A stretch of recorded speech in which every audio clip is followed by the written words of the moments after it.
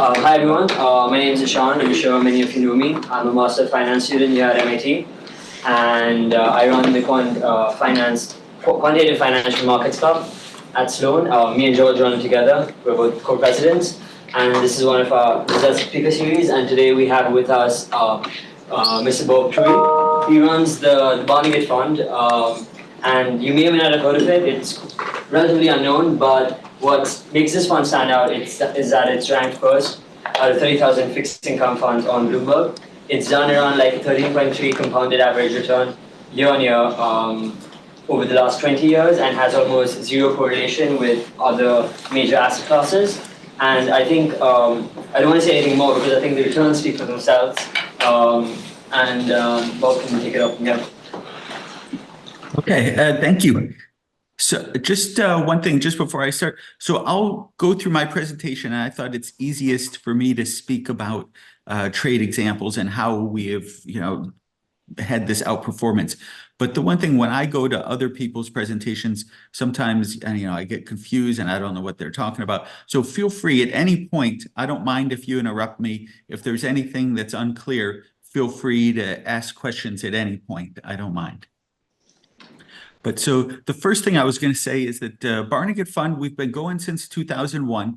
And as Ishan mentioned, one thing I'm quite proud of is that we're #1 out of the 30,000 fixed income funds on Bloomberg over that time. So you can see here just that Barnegat's done quite well, better than the S&P and bonds and stocks and everything else. So we've had a good run, and it's been uncorrelated to the other major indices of the world. And now the thing that we do is fixed income relative value in mostly, almost entirely, the developed markets of the world. So I just thought it's easiest if I speak about some trade examples as to how we do this. So the first thing I'd say is I think of Barnegat as two funds in one. And just to be clear, you guys can see my presentation, right? Yep. Yeah. Okay, great. So I think of Barnegat as two funds in one. So the first one is the fund is about 500 million bucks, and we take in that 500 million and we use that as collateral, and that's about 20% of the risk of our fund, and then about 80% of the risk are relative value trades.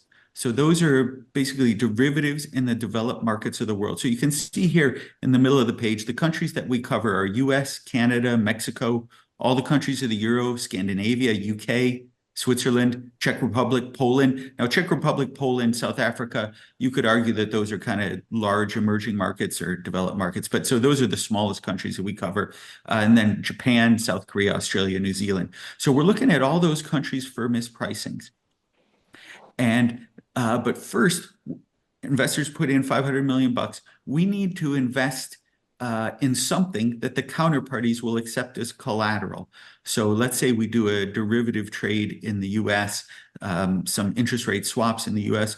Those don't cost anything on day one, but you have to post initial margin to meet the collateral call on those trades. So we take the 500 million, and in general, we buy US tips or treasuries to post as collateral because that's the easiest thing to post with the exchanges. But we can also buy foreign currencies and post those. Basically, anything that doesn't have big credit risk to it, the exchanges will accept in general. Most often that's tips and treasuries, but it also can be developed world currencies. And so 20% of the risk, as I mentioned, comes from what do we hold on these things. So there have been times in the past. So for example, Barnegat began in 2001.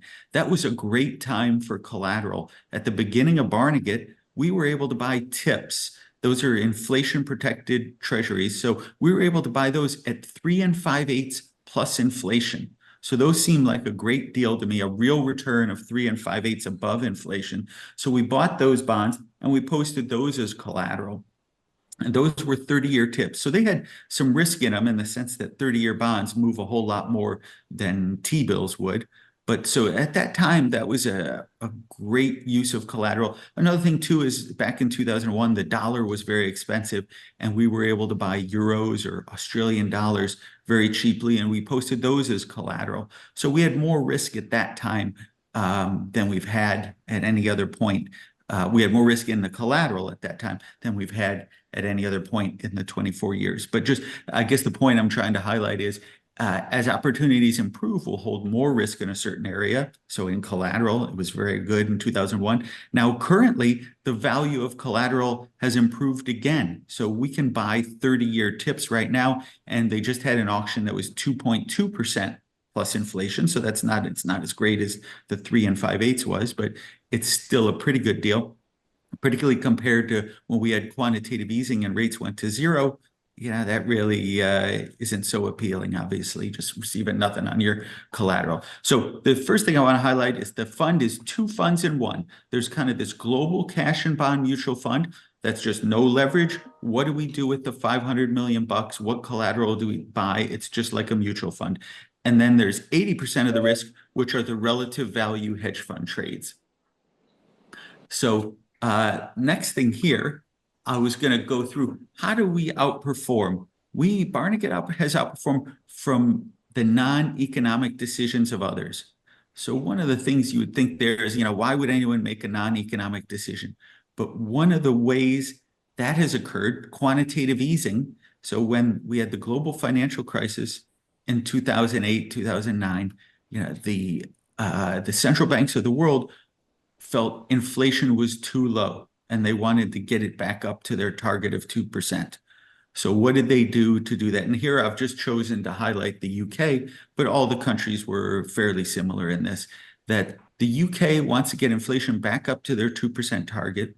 So what did they do? They announced initially that they were going to buy the initial purchase, I believe, was 20% of all outstanding gilts. So it was 200 billion of UK assets that they were going to buy. And the idea was they were going to print money, buy those bonds, force yields lower, and try and spur the economy on to get back up to 2% inflation.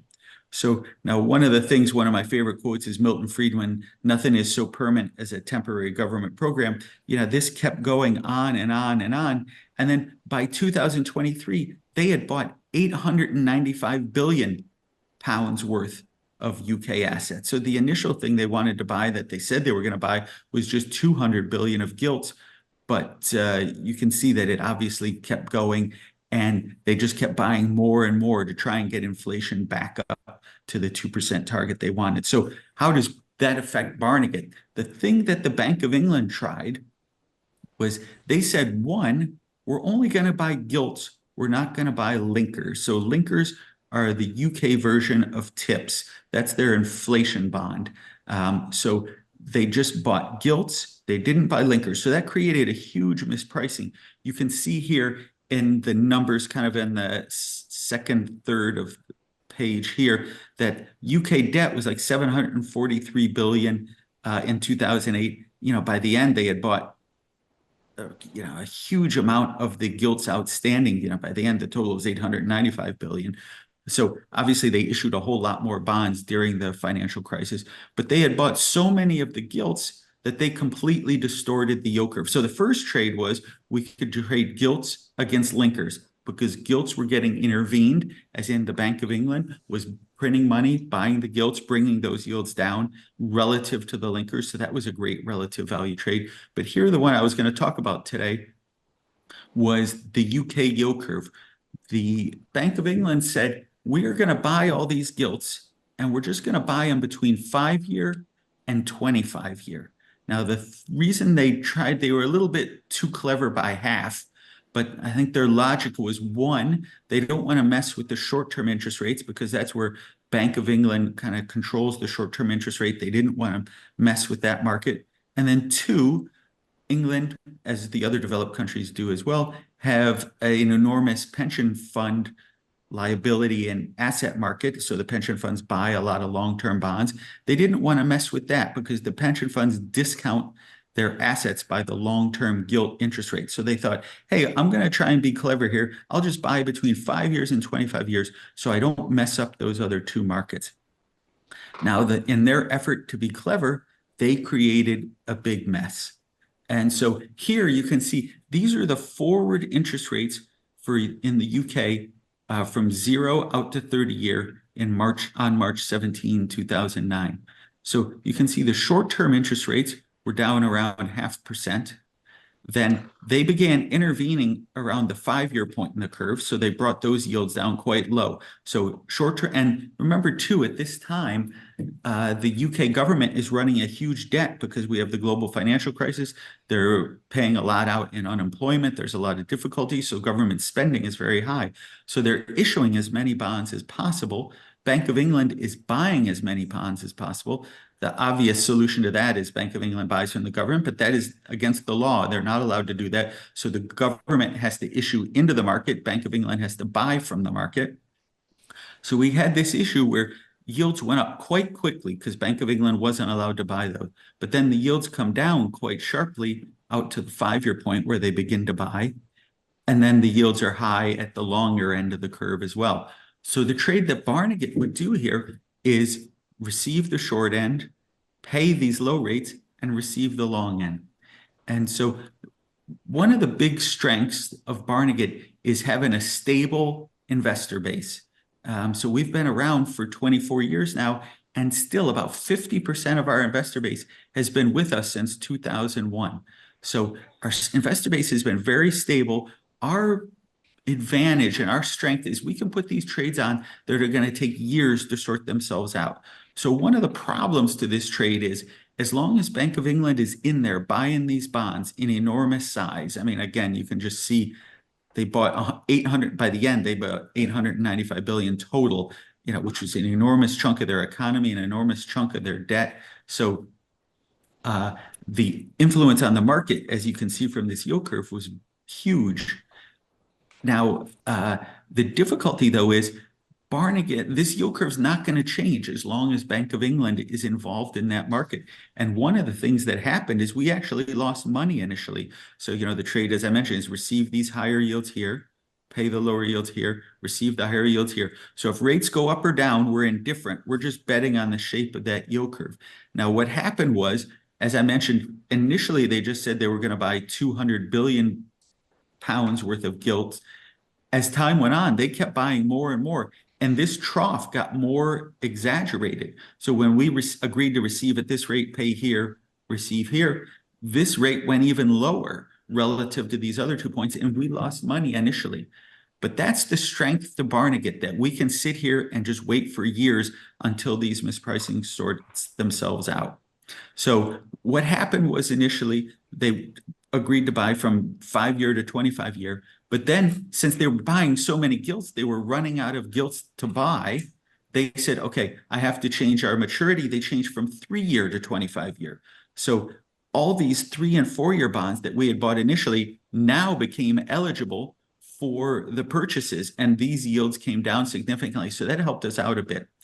Another thing that helps us here is as time passes, so let's just say the yield curve, let's say Bank of England just keeps buying bonds and the stuff remains mispriced. As time passes, we're receiving this high rate, and then we're paying this low rate. So just as time passes, we're getting paid. Remember, the relative value trades don't cost anything on day one. You just agree to enter into a derivative. It'd be very similar to, let's say, we want to bet on Boston Red Sox against New York Yankees.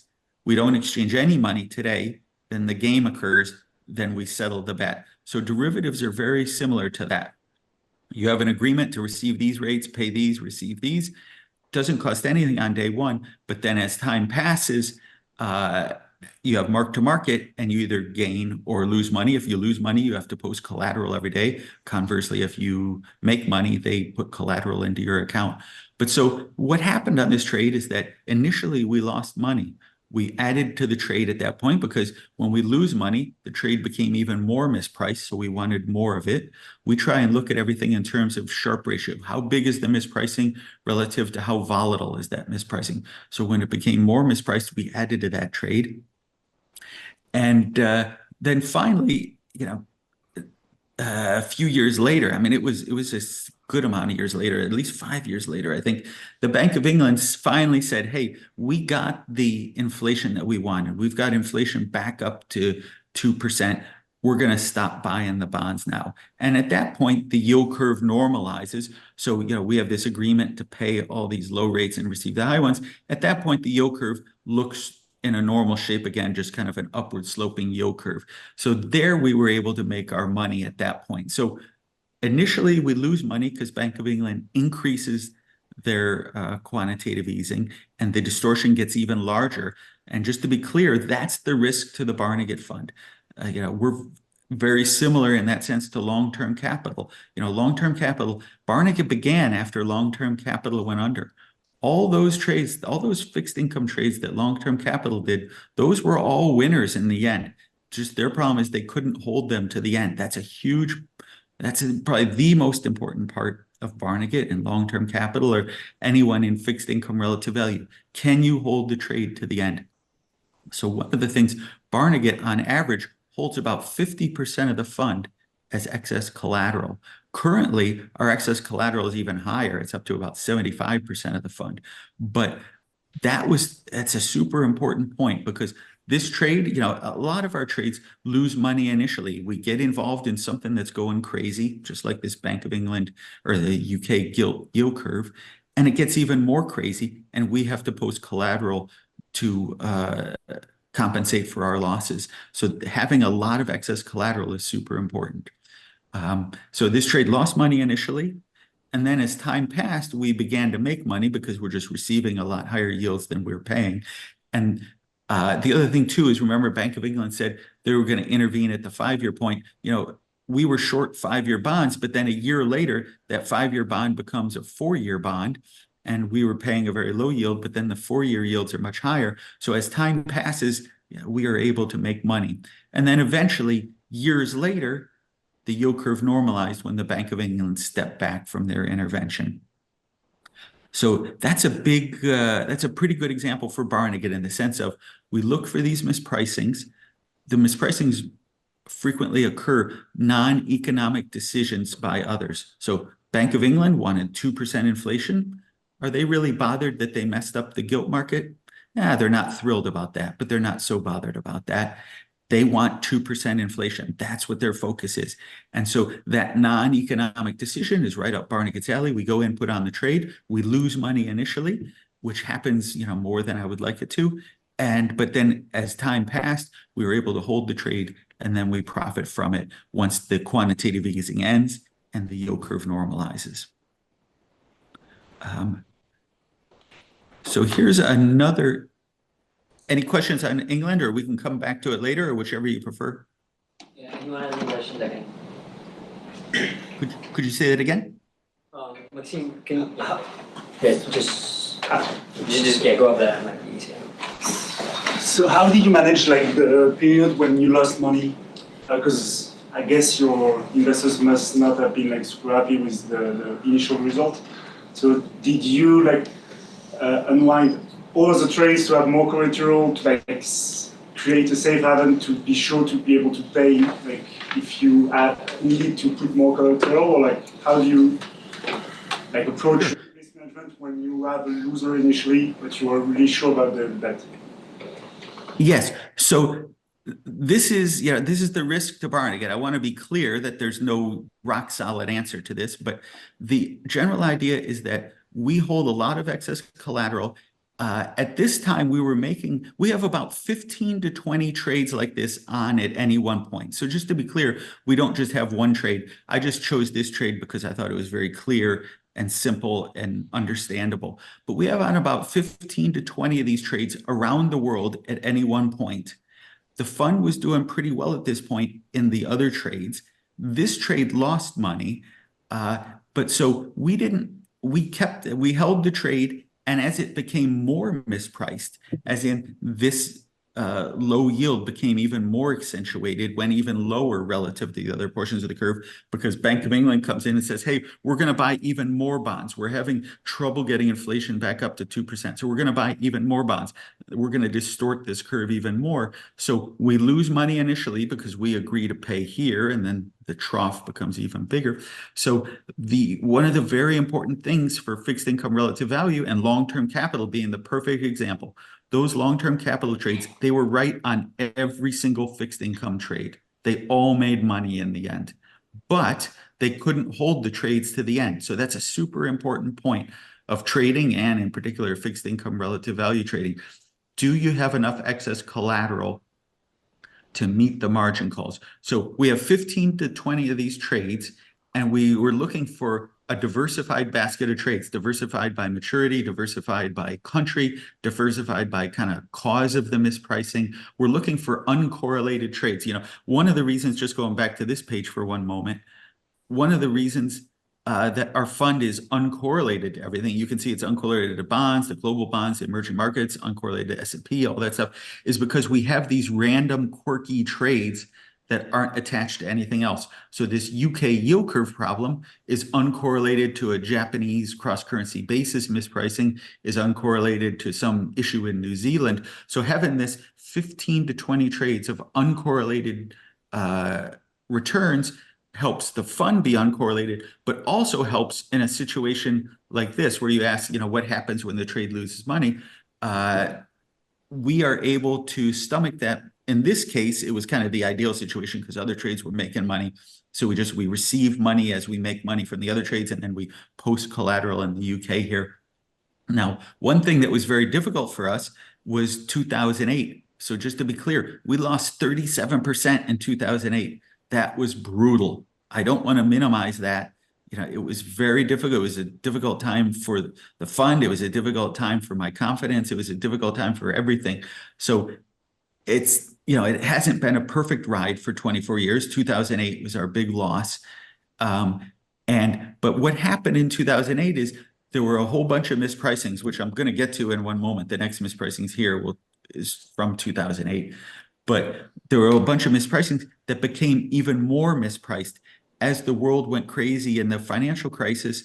Hedge funds unwound trades. They receive redemptions from their investors, and they had to unwind the trades, causing the trades to be even more mispriced. So there is plenty of risk here. I don't want to make it sound like it was an easy 24 years.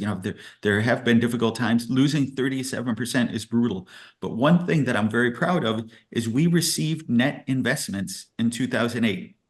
So this presentation that I'm giving here are the same. This is just a copy of a presentation I give to investors in the fund. And the idea, my logic is, I talk to the investors about the trades that we're doing, so that if we lose money and the mispricing gets even more distorted, they understand the trade, and hopefully, and now there's nothing etched in stone, but hopefully they say, oh, I understand that trade. I see it's more mispriced. I know you lost money, so that's a bummer, but I would like more exposure to that. So there's nothing saying that they have to do that.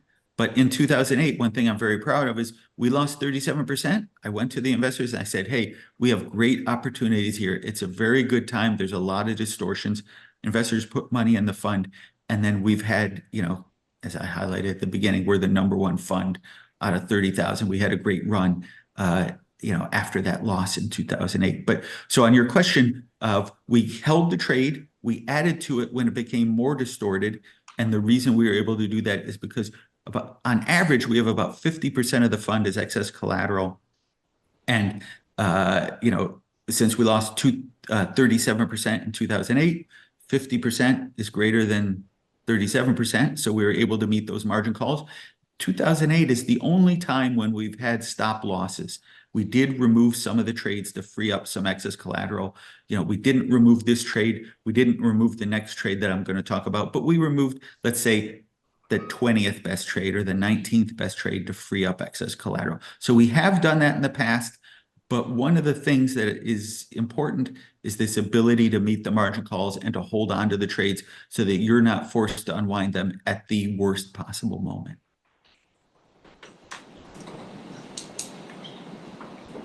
There are two more questions.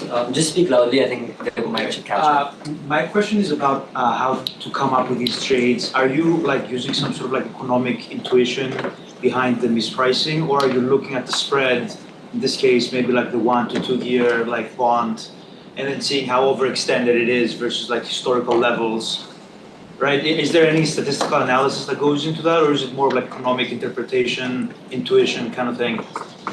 It's a little bit of everything. So let me start with, of the things that Barnegat is good at, Barnegat is very good at IT. Our computer gang is fantastic. Now, just to be clear, they don't do analysis that says you should do this trade. This trade is 5 standard deviations off. There's none of that. The thing that Barnegat is good at is just a presentation of this is what the world's interest rates are. So as in, this is an example of the analysis that says, hey, the market is saying that interest rates are going to be very low in 5 years, but they're going to be very high in 3 years and 10 years. And so that, and then I guess on your question of, how do we come up with this? So one of the things, we have excellent IT. Another one is just current events. The thing that I spend my day, the thing that makes me happy, the reason I love Barnegat and, I started the company and it makes me happy to come to work every day, is I enjoy reading the newspaper, reading the current events, reading the economic releases from all these different countries over time, looking at their markets. That's what makes me happy. That's what I enjoy doing. So we have excellent IT. We're very good at current events and the things that are going on around the world. And then there's come these mispricings where we have to make a decision. In the end, it's a subjective decision. There's no computer saying, oh, you have to do this trade, you have to do this. In the end, it's a subjective decision, says, oh, do we want to put on this trade? So in this case, the UK, the yield curve was very distorted. Another thing that helps us is if we know why the distortion occurs. There have been times where the market goes haywire and we're not entirely positive why it has gone crazy. It's always better for us. We're more confident if we know why the market has gone crazy. So here it was very clear. Bank of England came in, quantitative easing, the distortion, they said we're going to buy these maturities and those yields went down and the other yields went up, and that was very self-evident. So this one was an easy example in that sense. The answer to your question is very good IT on top of the markets around the world. In the end, it's a subjective decision as to whether we're going to put the trade on or not. One more question, yeah. Yeah, thanks for sharing. So my question is, would the fund do some short-term trading related to the macroeconomic judgment? For example, if I think the Bank of England would continue its quantitative easing in the short term because inflation would not go to the normal target, so I do the upside trade as you just mentioned before, which is short-term instead of the long-term one? Yeah, so that is a good question. There's a lot of people who are very good at that in the world. So let's say George Soros. George Soros is fantastic at that. There's the story of him breaking the Bank of England, just piling on and, shorting the pound, and that worked great. I'm just here saying that I am not good at that and Barnegat's not good at that. So I don't have anything against that. It's a great idea if you're good at it. It's just that I'm not good at that. The strength that Barnegat has are these long-term stable investors and putting on trades that will sort themselves out years later. That's the thing that Barnegat's good at. So your point is valid, and there's a lot of people who are very good at that, just not me. Thank you. Okay, one more question. Hi, Bob, it's Marco. Can you talk about how you go about sizing your positions and what your historical batting average has been across the ideas? Yeah, so we've really only gotten one trade wrong in the 24 years. Let's see. So I was going to do at the end of the presentation, but I'm happy, I'll just do this now. So on your question of sizing the trades, we have a share price. So we just going back to here, you can see our share price, we began at $1 and the share price, this is the end of last year. So our share price today actually was $17.99. So you can see we've gone from basically $1 to $18 over the years. So our share price has a volatility, just like anything else, just like Microsoft's stock has a volatility, in the options price and such. So we aim for a volatility of our share price of about 8 to 10%. And so here you can see the annualized volatility of our share price over the years. So you can, in general, we've hit the 8 to 10% right on. Now, the one thing is 2008, this is where we lost all that money. The world was going crazy. Our volatility was much higher than we anticipated in 2008. Now here, so 2009, this is when I was talking about, this UK example here is March of 2009. We had fantastic opportunities in 2009. One of the things, as I mentioned, when long-term went under, they left fantastic opportunities for everyone else. Same thing in 2008. 2008 wiped out most people. And so 2009, we're left with excellent opportunities. So our volatility at that point, we're going to have bigger trades, more trades, and our volatility is going to be higher than the 8 to 10%.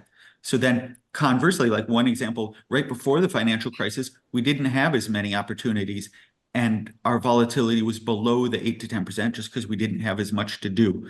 One of the other things we do is we open the fund when we have excellent opportunities and we close the fund when we don't have as much to do. One of the things that's been a little weird lately is that our volatility, like I expected our volatility last year to be around the 8 to 10%, but the market has been much more stable than I anticipated. And so you can see our volatility was quite low last year. Even though we had pretty good sized trades, the volatility was much lower than I anticipated. So, it's possible that volatility can be higher, like 2008 when the world goes crazy. But then conversely, our correlations, we're trying to find uncorrelated trades.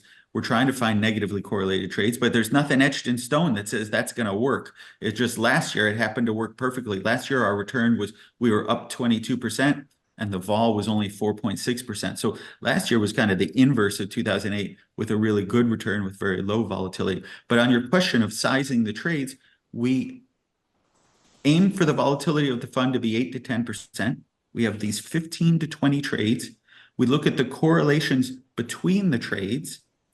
And then using that, we size the trades such that the fund is going to have an overall volatility of 8 to 10%. So that's how we size the trades. Now, our best trade is going to be larger than our 20th best trade, but they are pretty well balanced because we don't want the fund to be dominated by one trade because then the volatility is going to go much higher. So we really are hoping in the perfect world, now this almost never happens, but the perfect world is having 15 to 20 trades that are uncorrelated and they're all grinding out a little bit of money every day and the fund goes straight up. Now, in reality, that never works that way, but that's what we're trying to do. And last year was, we had a great run last year with very low volatility. The share price just ground its way up 22%. But so the answer to your question is we size the trades by aiming for 8 to 10% for the entire fund. We kind of work our way backwards. What are the correlations between the trades? So if we can find a trade that's negatively correlated to the fund and is a great mispricing, again, that's the promised land. Those are easier said than done, but that's what we're trying to get done. So we're looking at the correlations between the trades, and that's how we size the trades. Don't any questions. Any more questions right now? You're doing more questions? Sorry, can you say that once more? Are you doing more questions, or do you want to take questions at the end? Well, I guess I was thinking both. Yeah, I mean, I'm happy, whatever you prefer. If it's related to this, then no. No, it's not related to this. Then it's at the end. Yeah. Okay, so I'll just go to the next trade? Yeah. Okay, so the next trade, this one is from the global financial crisis. So this one, in the UK, there was an intervention by the government to, to get inflation back up to 2%. They distorted the yield curve. This one is a different one. This is kind of panic, more similar to what happened with long-term, as in the world panics and it creates all these distortions. So in 2008, October 15, 2008, Lehman went bust. And Lehman held a lot of tips as collateral. And so when they went bust, everybody knew that Lehman would have to sell their tips to liquidate their company. But also, too, the world was panicking and everybody wanted to buy the safest product. And what's the safest product, or what's everybody's perception of the safest product? Are treasuries. So here you can see this. Can you guys see my cursor? Yeah. Okay. So here, this black line is the yield on tips after you hedge out inflation, because tips after you hedge out inflation are a treasury. And then this blue is the same maturity treasury, and the red is just the difference between the two. So you can see that tips yielded historically a little bit more than treasuries, but nothing dramatic. So then Lehman goes bust right here, and everybody buys treasuries. So you can see the yield on the blue line goes down significantly. And everybody sells everything else just because it's a panic, as well as Lehman held a lot of tips. So people unload tips and buy. And just to be clear, again, these are inflation hedge tips. So an inflation hedge tip should have the same yield as a treasury. So Lehman goes bust, the yield on inflation hedged tips goes up significantly, roughly to 5%, and the yield on treasuries goes down because everyone wants to own the safest thing in the chaos. And so here is the trade that we had. You can see it here. We were able to buy Jan 2014 tips, and this is the real yield. So this is the yield in excess of inflation of 3.74%. Cost $1 million to buy that bond. So you get the 3.74 plus inflation. At the same time, we short the Feb 2014 Treasury, and we pay 2.56%. So when you short that, you take in the $1 million from the short. So as again, just on these relative value trades, you can see it costs nothing on day one. And then to hedge out the inflation risk on the tips, the inflation from 2008 to 2014, that was during a panic time and the economy was in trouble. So inflation was only trading at 1.36% for that.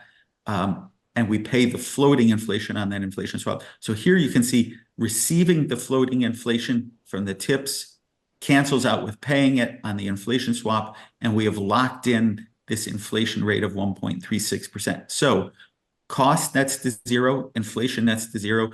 We have these yields where we receive 3.74, pay 2.56, receive 1.36. That nets to receiving kind of an annuity of 2.5% every year. And it didn't cost us anything. So this is probably, the Financial Times wrote us up like 5 days in a row in their paper. If you Google Barnegat Fund and Financial Times, you can see those articles.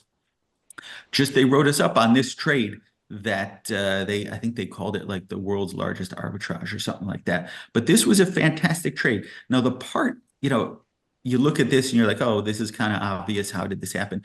Well, the first thing I would say is panic, that it was the financial crisis. As I mentioned, we lost money on this trade. We lost a lot of money in 2008. So here we entered the trade right about here when it was 1.25% mispriced. Here in November, Lehman went bust on October 15. But by November, you can see it's 2.5% mispriced. We got into this trade at 1.25% mispriced. I thought that was the greatest thing I'd ever seen. 2 U.S. government bonds that are super easy to borrow and to lend, that have great liquidity, that, 2008 was a little bit difficult, but it was the world's most liquid market. 2 U.S. government bonds, same maturity, same issuer, same government, same credit, same everything, but that they were 1.25% different per year in yield. I thought that was the greatest thing I'd ever seen. Well, turns out it went to 2.5% mispriced, as you can see on this red line. And that's one of the reasons that we lost 37% in 2008. And again, so we had to post a lot of collateral with the exchanges, with the counterparties, because we lost a lot of money. And so that's, again, why it's important to have a lot of excess collateral. So we posted a lot of our excess collateral to the counterparties as we were losing money. The lowest our excess collateral got was down to about 35% of the fund, and that just represents we were losing money. We were sending the collateral, which was kind of sitting on the side, to the counterparties, to the exchanges to cover our losses. So the other thing too is that people in general think, oh, this snaps back tomorrow, but that's not the case. So you can see when Lehman goes bust, goes to 2.5% mispriced. But even U.S. government bonds, look, it took 3 years for those U.S. government bonds to come back to efficient pricing where the yields were just about the same. So, these kind of things stay mispriced much longer and much larger than you would think. And so this went to 2.5% misprice. We lost a lot of money. But then for the rest of time, we made, you can see we had excellent returns in 2009 as this became more efficiently priced. It continues to be more efficiently priced for 3 years in a row. And again, on our sizing, you guys had asked about the sizing. When it's 2.5% mispriced, the volatility on that was about 4 to 5 basis points a day on the relationship between tips and treasuries. So the mispricing is 2.5% a year. So that's how big the mispricing is. The volatility is about 4 to 5 basis points a day. So that was a very appealing trade in the fall and spring of 2008, 2009. As the trade makes money and it becomes less mispriced, we hold less of the trade. So that's one of the things, we put the trade on here when it was 125 basis points mispriced. We add to the trade as it becomes more mispriced. and then we removed the trade. And then here, 3 years later, we didn't have any of the trade because it was efficiently priced. So we try and look at everything in terms of a Sharpe ratio. How big is the mispricing? How volatile is that mispricing? And then when it's more appealing, we have more of it. And as we talked about a moment ago, you can see 2009, we're shooting for 8 to 10%, but we had excellent opportunities. So we said, hey, this year we're going to have higher volatility than the long-term average because we have great opportunities. Same thing, 2010, we overshoot the 8 to 10% intentionally. And then as things become more efficiently priced again, our volatility comes back towards the 8 to 10%. This is another good example of Barnegat of, there are very difficult times. There's times when we've lost a bunch of money and it's painful and it stinks. One of the important part is making sure that all your research is correct, all of your points are correct, and that you have enough collateral to be able to hold on to those trades. Long-term capital, they were right on all those mispricings, but they just weren't able to hold them when they closed down the fund. So this just goes to kind of the thing we talked about a little bit before, the 8 to 10% volatility of our share price over the long haul. You can see we've hit it pretty well over the long haul. Sometimes it's above when we have, like after long-term went under, we had very good opportunities. So the vol was a little bit higher. Same thing here after the financial crisis, vol is a little bit higher. But then there have been some times when we didn't have as much to offer, but that our vol was below the 8 to 10%. And so, here I just try and highlight the risks to Barnegat that, looking back at it, it all sounds great, but there are times that, man, are very difficult. And one of the most important things, or one of the biggest strengths of Barnegat, is the very stable investor base that has been very good to us. Oh, yes, sir. I have a question about your investor base. As you sort of came to that point, one, are you open right now or are you closed? And then sort of following on to that, you talk about stable investor base. Those used words in my mind get associated with family offices, with people with long-term perspectives. You guys at 500 million or 640 million, the exact number changes a little bit depending on where I read. Have you ever thought about going bigger? So it's a two-part question. Are you open or closed? Second, what is 500 sounds like, from reading about, seems like you've right-sized it for yourself. Why choose that number? Sure. So one, there's nothing 500 million. There's nothing special about that number. So let me start with, I want to make sure I answer all your questions. Yes, we are open because we have good opportunities currently. As I mentioned, we were up 22% last year. Now, in general, when we make a lot of money, that means the mispricings have lessened, but we still have a pretty good batch of mispricings. Not as good as the beginning of last year, but we still have a pretty good batch. So yes, the fund is open. The stable investors, yeah, we try. One of the things that has worked pretty well is since we're number one on the performance list, we get a lot of calls from people who are interested. I start everybody off with this list of, here's 9 reasons you don't want to invest in Barnegat. And most people read that list. I mean, there's things, Barnegat is not, I mentioned the things we're strong at. The thing we're weak at, we are very weak at marketing. We are not good. There's a lot of things about Barnegat that people hate. The office is a dump. And there's only 6 of us at Barnegat. It's not like a fancy, you think of like trading places, Wall Street, mahogany walls. We're not like that. It's just a small office with a small number of people. And then the other thing too, your question about the 500 million, I'm open to investors who are interested in the long haul.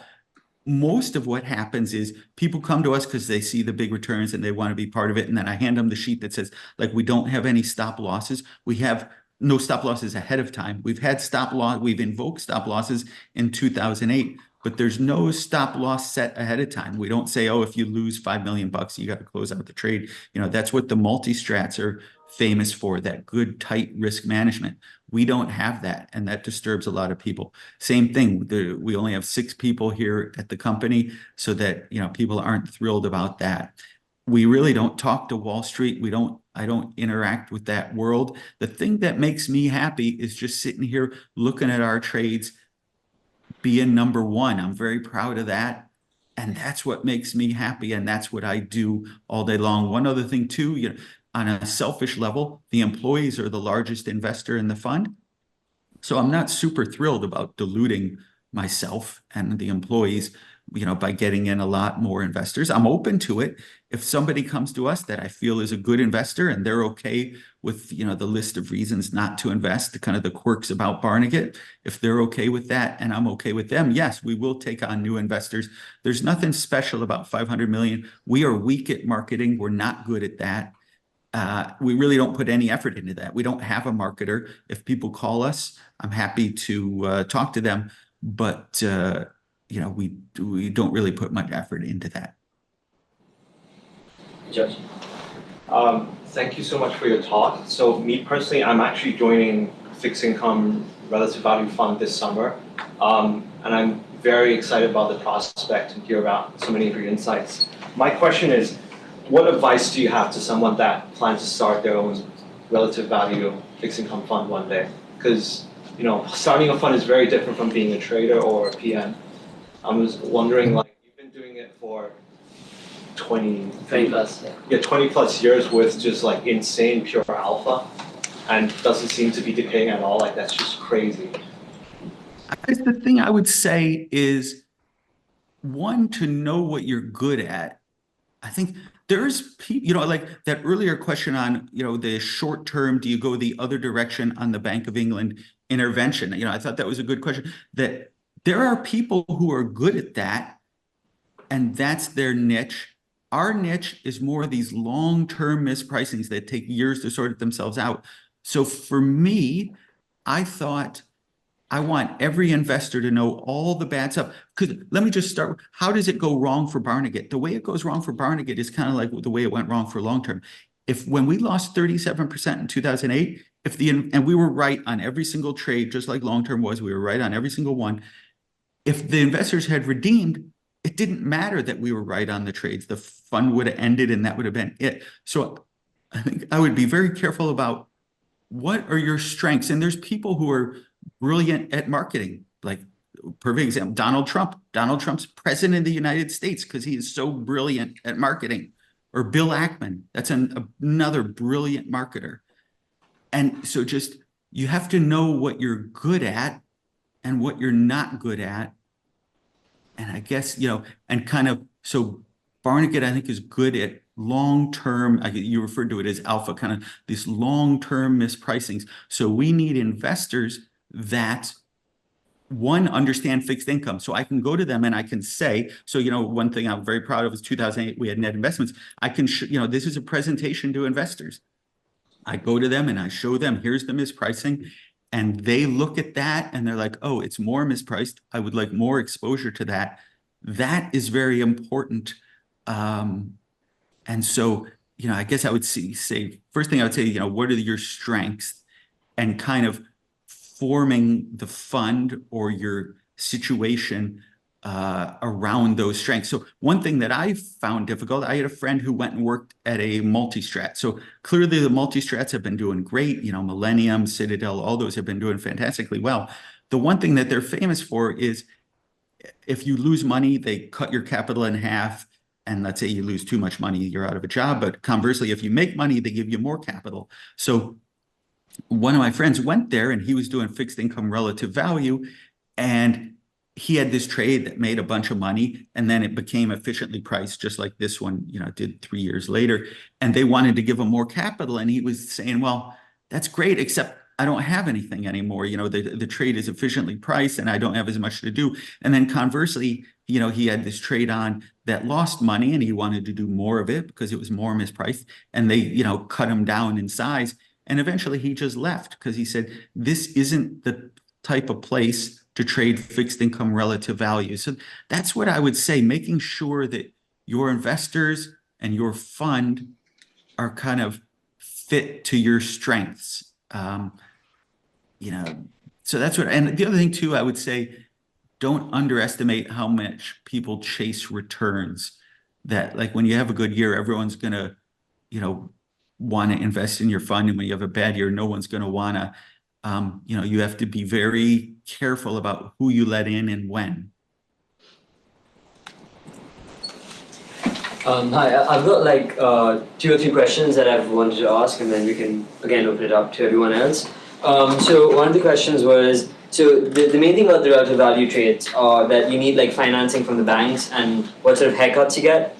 So I mean, you said you don't interact much with Wall Street, but for the finance, like for the repos, I'm guessing you would have to. And how does that work? And are you ever scared that maybe the traders at a bank, this is probably pre-2008, that are front-running your trades, or your book is being exploited by traders at banks just to squeeze some alpha out of you?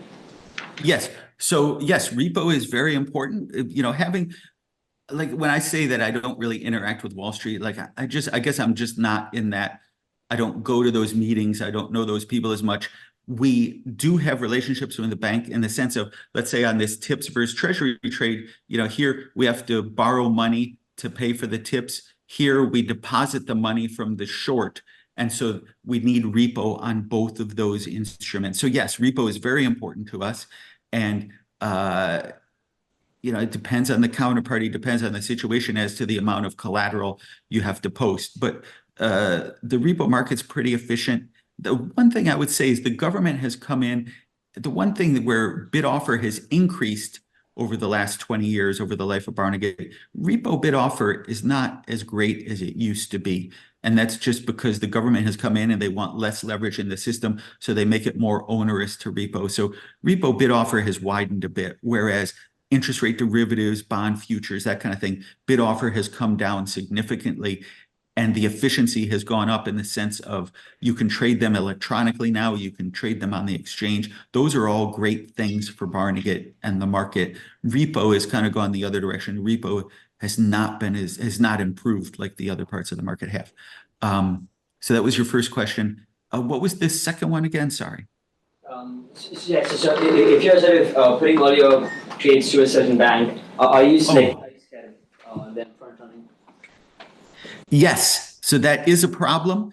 And then additionally, just when on a personal level, like when I buy stocks, you know, you can see the front running all the time. Front running is a big part of the market. I have not solved that. I don't have a great solution to that. I think I guess my strategy has been just being honest with the counterparty, saying, listen, I want to buy $50 million worth of this bond. You know, what price can you show me? And that's really what I want to buy, because the front running is effective when, let's say, I come in and I say I want to buy 50 million, but it's really, they know the customer and they say, oh, he really wants to buy 250 million. He's just saying 50 million. Their front running's effective. You know, you see that first 50 and then you front run the remaining 200. One of my strategies is just trying to be honest with people and say, hey, I'm looking to buy 50 million and that's really what I'm looking to buy. Can you make me a price?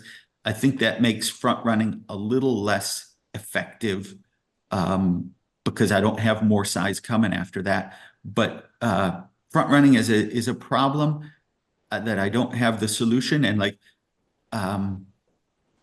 you know, that is a frustrating part of the markets that I have not solved, and you kind of have to live with.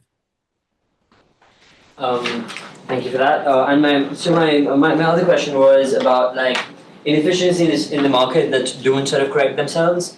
So like we've seen like after 2008, covered interest rate parity just does not hold for FX trades, and so that makes carries quite sort of attractive. But you sort of expect it to converge, but it doesn't. Do you have any economic intuition as to why that doesn't happen? And what happens if you like enter a trade that you think is going to converge, but just diverges and just stays there? Okay, I guess I want to make sure I understand, because for foreign exchange, there is interest rate parity on the futures. Are you saying that, let's say for dollar yen, right now, let's just say dollar yen trades at 154 and the forward price 1 year from now is 144. Are you saying that we don't, the average forward price does not turn out to be 144? Is that what you're saying? That's what I'm saying. And also the futures aren't, the 1 year future is generally is not priced at the 1 year forward price. Maybe I'm misunderstanding what you're saying. I would say, so maybe I haven't understood what you said, but I would say the forward FX market, so we trade a lot in that. That is a pretty efficient market, as in the forward prices are pretty efficient to the interest rates. The one thing I would say is the dollar yen, let's again, just going back to that example, right now is at 154 to the dollar, and the prediction for 1 year in the future is 144. I thought maybe you were making the argument that if you short the yen, so effectively buying the dollar at 144, that makes money, kind of, they call it a carry trade, that makes money more often than not. I thought that might be what you're going at. So I guess I don't understand your question, because the forward FX stuff is pretty efficient. I was talking about the carry trade makes more money than not. That was the question that I was. Okay, yeah. So that is an interesting thing. So we have made a lot of money from currencies, and that comes from this part of the fund back here. There's two funds in one. What do we do with the $500 million?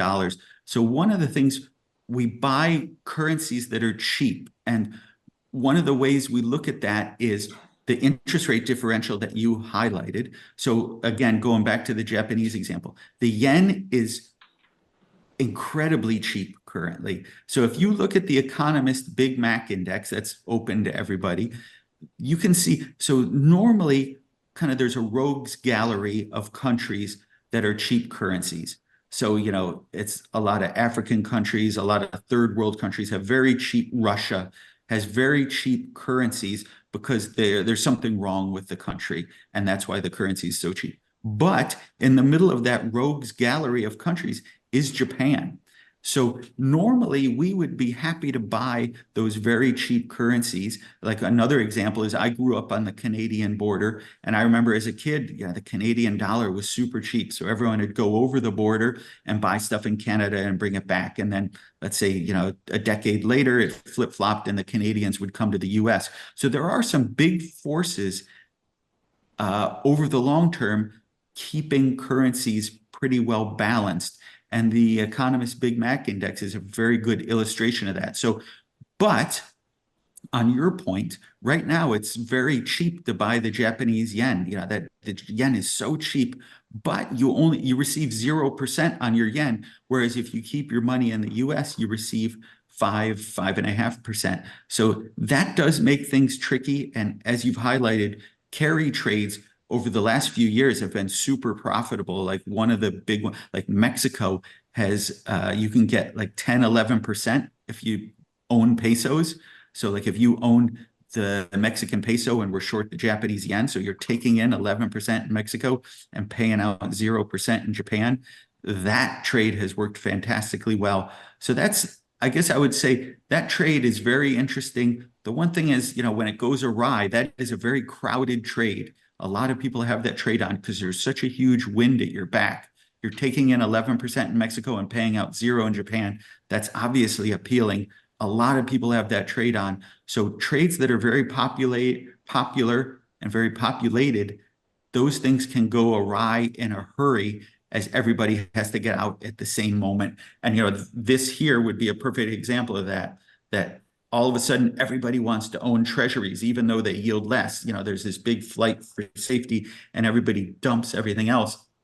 So yes, that is very appealing to own the peso and take in 11% and pay the yen at 0. It's been super profitable for the last few years. You just have to be careful. You're shorting a very cheap currency and you're going long an expensive currency. Over the long term, that usually ends badly. I guess the question is the 11% wind at your back make up for that risk? Thank you. And my last question before I open it up again is, so like, I think you alluded to this before, that you're not on Wall Street, you run a fund which is quite unconventional by standards. Was this like something you chose to do purposely? And when did you decide like to sort of, because I don't, did you work on Wall Street before and choose to pursue this, or was it something that just came about and you realized this works better for you? No, so I always wanted to be I always wanted to have a firm like Barnegat. That was my end goal. I went to Michigan. I worked for 1 year at O'Connor, which was an options market making firm. That was a fantastic place to work, super talented people. I desperately wanted that job coming out of Michigan, and I was lucky and I got it. That was a great place to work. After that, I worked at a fixed income arbitrage fund here in the United States. Again, that was a fantastic place to work, super talented people. I was very grateful to work there, and I learned a ton. And after that, I went to London and worked at one more fund. That was the beginning of 1998. And then long-term went bust. And, you know, I show these trades and they all seem so obvious. But the thing is, long-term went bust and I had all these mispricings. I thought, and this was completely incorrect, I thought that I could go out and show people these mispricings and they would just trip over themselves racing into my fund. That was not the case. I went 2 years with no income, no nothing. I put all my own money in the fund. I had excellent returns. That all worked great. But nobody wanted to touch fixed income relative value after long-term capital went bust. You know, I think it was George asked about suggestions on, you know, career and, you know, how do you go about it? One of the things is that's very difficult is long-term goes bust. I had fantastic opportunities, but nobody wants to invest at that moment. You know, like one of the things David Einhorn talks about now is that value investing is so out of vogue and it's underperformed for so long. Nobody wants to invest in it. And he highlights, he's like, boy, we have great opportunities, but nobody wants to touch value investing in stocks. And, you know, it was the same thing for us at the late 90s. We had such fantastic opportunities, but nobody wanted to touch fixed income relative value because long-term had just gone bust. They just lost, I think it was like 4 billion or whatever it was, which doesn't seem like a big amount now, but at the time it was huge, you know, and caused the Fed to act as well. So it does get tricky. Oh, and on your question of, so I went to London, worked there for 1 year for a fund, and then 2 years of trying to start Barnegat and nobody would touch it. I put my own money in. I was living in a friend's walk-in closet on Bleecker Street in New York City. And I was using the New York City Public Library Bloomberg because Bloomberg's so expensive. Just to save money, I was going to the library every day. And so that was a very difficult time, but you know, I held to my guns for 2 years. Nobody wanted to invest. And then finally in 2001, I started with 25 million from 3 institutional investors. And from there, you know, it worked great. So that first dollar you raise, that's the toughest one. Yeah, thank you. Like just adding on to Ishan's question, how do you hedge, when you have strategies which has a fat tail, you go short on someone and if that asset has a long, tail for negative returns, how do you hedge that risk? I'm sorry, I couldn't hear that one. If you could say it once more. Just speak a bit louder so that Yeah. So, whenever you are exposed to certain assets, where the returns have a fat tail for negative returns, in this example, carry trade, how do you hedge those type of risks? Yeah, so one of the 9 reasons of not to invest in Barnegat, everybody and their brother, and again, this is a very important thing of thinking of like, hey, do I want to be really good at marketing or do I want to be good at generating long-term returns? Everybody and their brother wants this fat tail risk. So that is marketing gold. You know, you'll hear Ackman talk about that. That is marketing gold. That if you can, part of your shtick is like, hey, I have this fat tail risk, and if things go awry, I own all these S&P puts or whatever it is.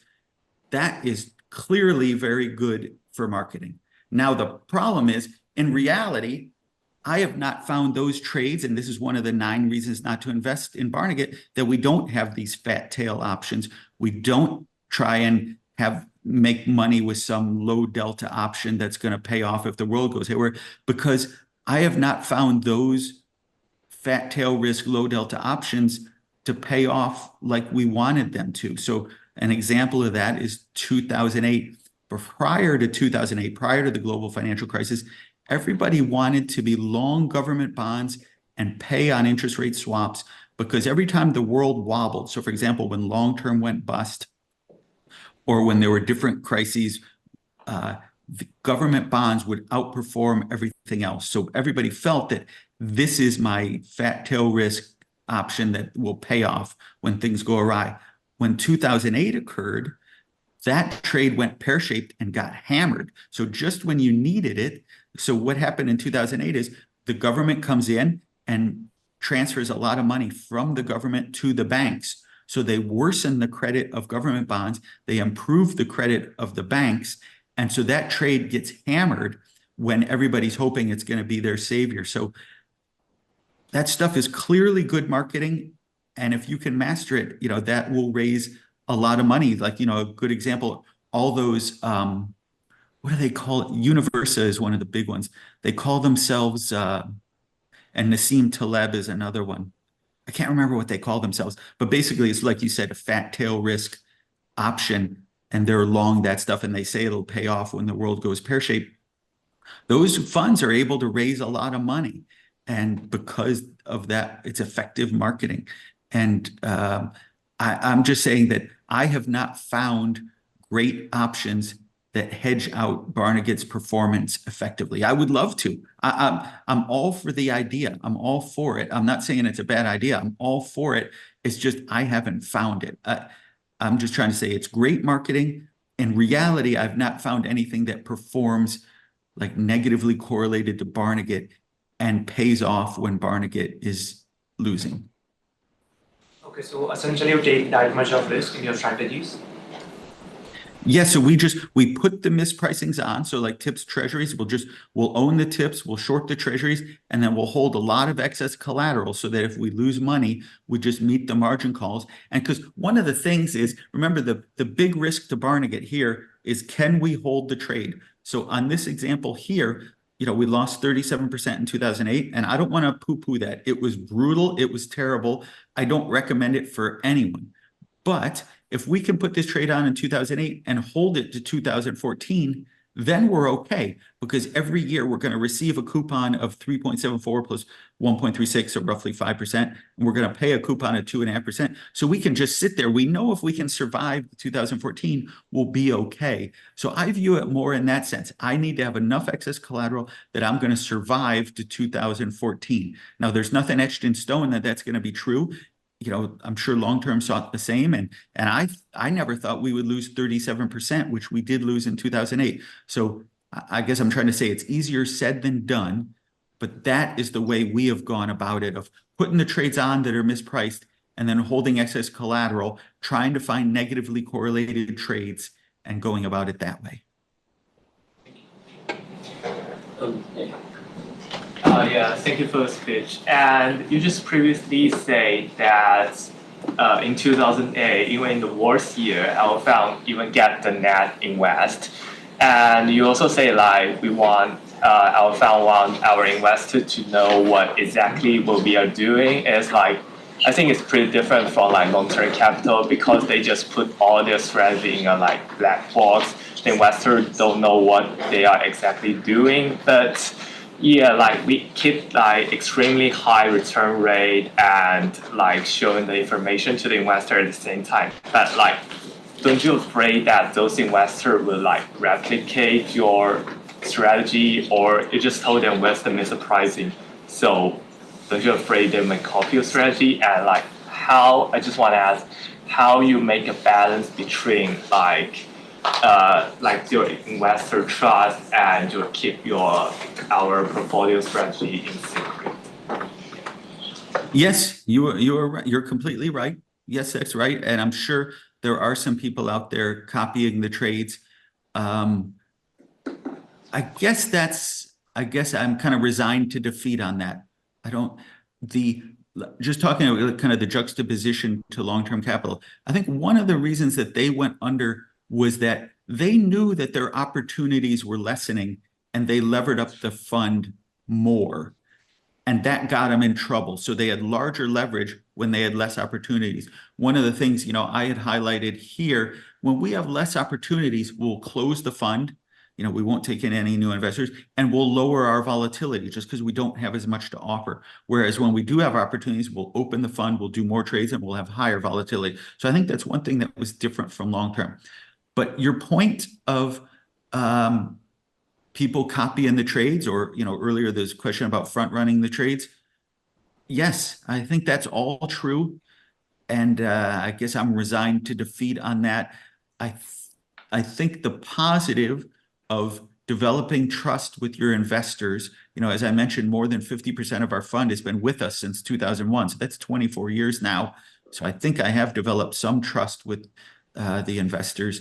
I think that positive is greater than the negative of people copying and front running your trades. But yeah, it is I don't want to dismiss that negative. It's clearly a negative.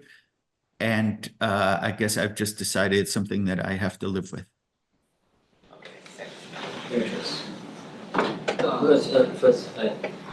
Hi, I have a couple questions. So one, would you mind sharing approximately how leveraged your fund is? And two, if someone wanted to raise a fixed income relative value fund today, what do you think is the minimum amount that we should raise in order to cover all operating costs and break even? Yeah, so let me make sure I answer the questions. The first one was the leverage. So I think leverage in terms of notional divided by assets, I think that's a very misleading number, because one of the things Wall Street does is, because everyone asks that same question, what's your leverage? So one of the things Wall Street does, and one of the ways that they make billions of dollars every year, is they will, if let's say we have this TIPS Treasury trade, they will say, hey, I'll take your TIPS Treasury trade. And so when we buy TIPS, here's $1 million, we short Treasury, here's $1 million, and then we have to trade an inflation swap, that's another $1 million. That's 3 million notional for what is really just a relationship between those pieces. So notional can get quite large. One of the things Wall Street will offer to you is they'll say, hey, I'll put that whole thing in a package and we'll just call it a $1 million trade. I'm holding 3 different pieces that are $1 million, but we'll just call it a $1 million trade, so that when you go to your investors, you can say, oh, I just have 1 million in notional here, but there's really 3 million underneath. So Wall Street will charge you for that. That's one of the ways that they make a lot of money, is that they will repackage this so that you can make it look nicer to your investors. So that's the first thing I would say is, I think that leverage number is very misleading, because there's a lot of people out there who, for a small fee, will make your stuff look more appealing in an effort to mislead investors. So that's the first thing I would say. So I don't think the leverage numbers are super helpful. Obviously, they are relevant, but there's so much out there to try and mislead people on those numbers. That's why I thought, so and just the direct answer to your question, right now our leverage is 10 to 1, as in if you add up all our trades and divide by our assets, that number is 10 to 1. But I think that's a misleading number. I think the relevant number is this: what is the volatility of your share price? Because let's say, you trade it like this with 1 million TIPS, 1 million treasuries, 1 million inflation swaps, or if you repackage it into this Wall Street structured product, the thing that matters is, how much is your P&L moving? Can you meet any margin calls? So that's why I think this number is more relevant than the leverage number. But everybody asks for that leverage number, and that's why Wall Street offers that service to make your leverage number look better. So remember, so again, on that earlier question from George of, what should you look at when you try and set up a fund or do your stuff? For me, all I care about, I'm very proud to be in the #1 fund. All I care about is the return. Screw everything else. If the leverage looks bad, I just tell people up front, hey, we're a very leveraged fund. If that's not for you, you shouldn't invest in Barnegat. And I think one of the big advantages there is that people know all the bad stuff up front, so nobody's surprised by anything. So that's kind of how I've gone about that leverage question. And then could you remind me once more of the second question? Sure. So it's if, say, someone wanted to start a fixed income relative value fund today, what amount of capital should they raise to be able to cover operating costs and break even? Okay, so that I am not positive of that answer. I am very curious. So there's a couple different issues. There's one, you have to hire people and pay them, obviously. So let's say, depending on, I mentioned Barnegat's only 6 people. So we don't have a huge cost base, but one, you have to be able to pay your people. But then the other thing, which is kind of a hidden part that's not so obvious, in order to get a relationship with the banks, to trade on the exchange or to trade with them or to trade repo, like Ishan had asked about earlier. They don't, if your fund is $1 million and let's say you're trading fixed income relative value, to them, it's not worth it because let's say they make a few basis points off that, that's just not enough dollars. So there is some number. Now, nobody knows exactly what that number is, but I would guess that number for the, let's say if you call Goldman Sachs and for them to answer the phone and to trade with you, I would think that number's got to be 100, 200 million, something like that. But I don't know. I've often wondered that. I don't know what the number is. 500 million, I can tell you, is enough. They do answer our calls and happily trade with us. That is enough. But there is a number somewhere out there. I suspect that number is like 100 to 200 million, but I am not positive of that. And then remember, too, if you're going to do stocks, you can do stocks with much less assets under management. Those are, you know, in order to trade repo, you need a credit line with the counterparties. So they're going to demand larger notional, more P&L from you, more bid offer from you, I should say. Whereas if you do stocks, you can do stocks much more cheaply and a much smaller size. All right, the last question, Arbitrage. My question is about RV in general. What are the different strategies that fall under the RV category, and why did you choose fixed income? Could you have done this in, let's say, FX or equities or commodities? Sure. So we do a bit of FX. So that, you know, we had talked about the FX forwards and that. So we look at that all the time. So we do some of that, particularly on our collateral, you know, which I highlighted here. What do we do with the 500 million bucks? We'll sometimes invest that in other currencies. So why did I choose fixed income relative value? So I guess for me, because like I think Barnegat's strengths are kind of math, market psychology, you know, our long-term investors, current events. So that kind of suited fixed income relative value pretty well as it being so mathematical in the sense of, you know, on this trade here of I can buy one bond that yields 5% and short another bond that yields 2.5%, and then I can just sit and wait and collect my money. Whereas let's say I go long GM and short Ford, there's all these other things that can happen to stocks. You know, I don't want to say this is better than that. I'm sure there's people who are great at that. I guess I just view GM versus Ford on, let's say, long short stocks. There's 50 other things, you know, let's say GM, you know, had the problem with the Corvair. Now, this was like 50 years ago, but that Ralph Nader sued GM and GM had big problems.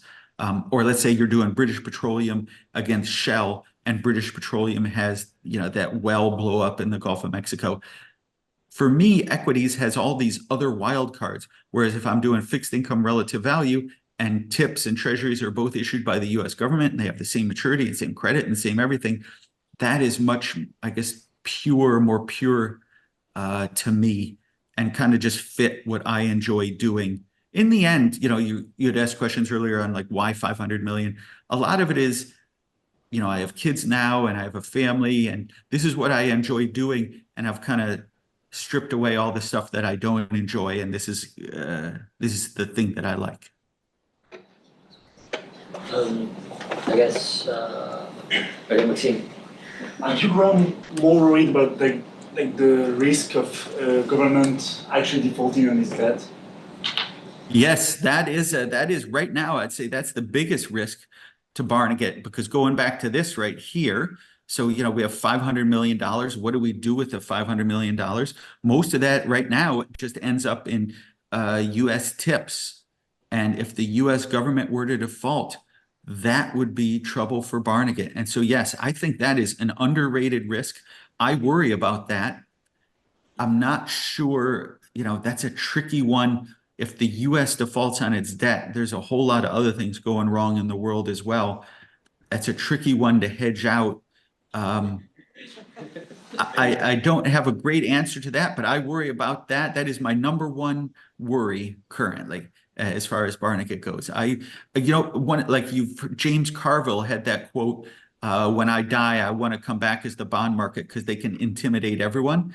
So he was the strategist for Bill Clinton. So that was, 25 years ago when he said that. At that time, the bond vigilantes were super powerful. Now that has gone away and they haven't been as powerful. But if that were to come back, that really would create a different environment. And if people start worrying about, when you look at the numbers on like Wall Street Journal just 2 days ago had a chart of how much the interest expense is going up for the US, how much the issuance is going up for the US. Like one of the things to think about, both candidates running for president, neither of them are running on austerity. And in fact, both of them are running very adamantly whatever the opposite of austerity is, and spending like crazy. So, Biden gives away a ton of money. We're going to have a deficit here of 6 to 7% with unemployment with a 3 handle. We've never had anything like that before. That is bonkers. And then additionally, Trump, he just gives it all away through tax cuts, the same thing. So, and they're both running like, hey, I'm going to do it ×2. So I don't see any solution to this problem, and I do worry about that. Right, that's a positive note to end on. Thank you so much. I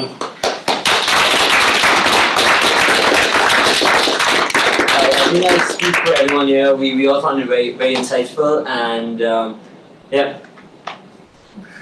All right, thank you very much. I appreciate you taking the time. Thank you so much. Thank you.